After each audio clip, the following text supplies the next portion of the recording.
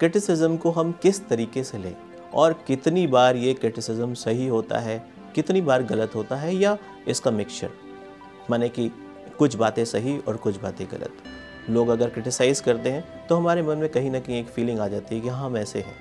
अगर कोई आज आप शर्ट पहन के गए हैं, एक नई शर्ट पहन के गए हैं, किसी ने आपकी तारीफ़ कर दी तो आप बहुत खुश हो गए, और किसी ने आपको कह दिया कि अरे भाई ये कैसी शर्ट पहन रखी है अजीब सी, तो आपका मूड ऑफ हो जाता है।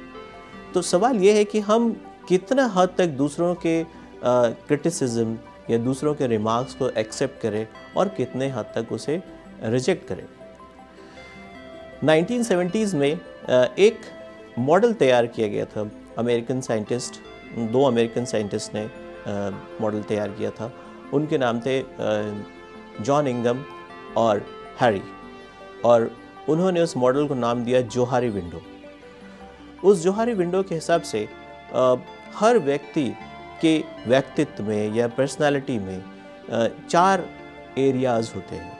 पहला एरिया तो वो जिसे वो खुद भी जानता है और दूसरे भी उसे जानते हैं। दूसरा एरिया वो जिसे वो खुद तो नहीं जानता है लेकिन दूसरे जानते हैं, जिसको हम कहते हैं ब्लाइंड एरिया। तीसरा एरिया जिसे वो खुद जानता है लेकिन दूसरे नहीं जानते, इसको हम बोलते हैं सीक्रेट एरिया या फसाड एरिया। और चौथा एक और एरिया है जिसके लिए ना तो वो जानता है ना ही दूसरे जानते हैं। तो कहने का मतलब ये है कि हर एक आदमी के व्यक्तित्व में 4 हिस्से हैं, और वो हिस्सा जो कि ब्लाइंड एरिया है, माने कि जिसको वो नहीं जानता लेकिन दूसरे जानते हैं उसी के बारे में, वो एक ऐसा एरिया है जहाँ पे उसको क्रिटिसिज्म फेस करना पड़ता है, क्योंकि वो उसके बारे में नहीं जानता और उसको वहाँ पर करेक्शन करना है। तो वहाँ पर लोग आके उसे बताते हैं कि आप ऐसा करिए, आपने ये चीज़ गलत की है, आप में ये कमी है, और उस चीज़ को वो रियलाइज़ कितनी जल्दी करके कितना जल्दी चेंज कर लेता है, उसके ऊपर डिपेंड करता है कि उसका ब्लाइंड एरिया कितना कम हो जाएगा। किसी भी अच्छी रिलेशनशिप के लिए ये ज़रूरी है कि पहला एरिया, माने कि जो आपको भी नोन है और दूसरों को भी नोन है, सबसे बड़ा हो। जितना बड़ा ये एरिया होगा उतना ही आपकी रिलेशनशिप दूसरों से अच्छी है। इसका मतलब ये हुआ कि आपकी अंडरस्टैंडिंग उनके साथ बहुत अच्छी है अगर आपका फर्स्ट एरिया मीन्स आप जो है जितना आप अपने आप को जानते हैं, दूसरा भी उसी हिसाब से आपको जानते हैं, तो उससे आपकी अंडरस्टैंडिंग बहुत अच्छी होगी। लेकिन उसके लिए सबसे ज़रूरी है उस एरिया को बड़ा करने के लिए कि हम दूसरों को अपने विचार बताएं और दूसरों से अपने लिए फीडबैक लें।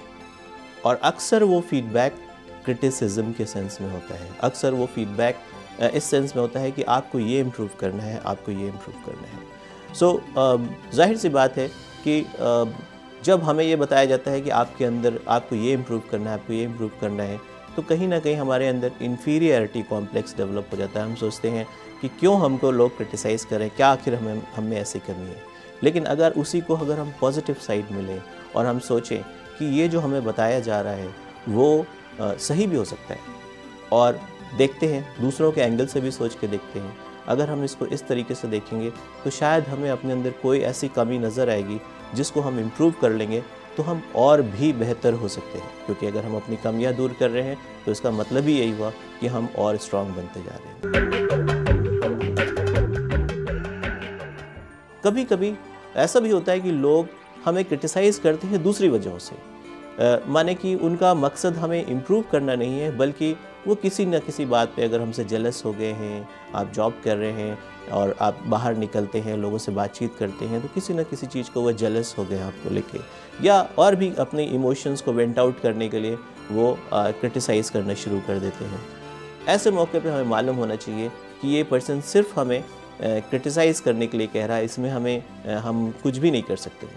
तो वहाँ पर हमारी अप्रोच होनी चाहिए कि हम उसे इग्नोर कर दें। जब भी हमें क्रिटिसाइज़ किया जाता है तो हमारे पास बहुत तरीके होते हैं। पहला तरीका, फर्स्ट ऑफ ऑल एक्सेप्टेड, जो हमारी गलतियाँ हैं वो हम एक्सेप्ट कर लें। इंग्लिश में अगर बोला जाए कि मोस्ट प्रेशियस 6 वर्ड्स क्या हैं, तो वो ये है कि I admit that I committed a mistake, मैं स्वीकार करता हूँ कि मैंने कोई गलती की।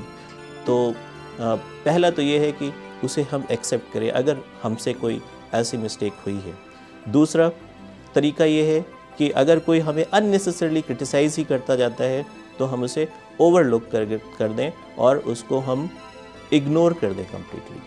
तीसरा तरीका ये है जहाँ हम कंफ्यूज्ड हैं कि क्या वाकई में हमने सही या गलत किया, तो उसके लिए खुद से सोचें, उसको अपने किसी फ्रेंड से डिस्कस करें, ठीक है, और अपने विजडम को अप्लाई करें और जो उसमें से समझने वाली बात है कि हाँ यहाँ पर हम इम्प्रूव कर सकते हैं, उसे इम्प्रूव करके बाकी एरिया इग्नोर कर दें। सो जितना ज़्यादा हम दूसरों के क्रिटिसिज्म को एक्सेप्ट करके उनको पॉजिटिव सेंस में सोचेंगे, उतना ही ज़्यादा हम इम्प्रूव होंगे और उतना ही हम स्ट्रांग बनेंगे।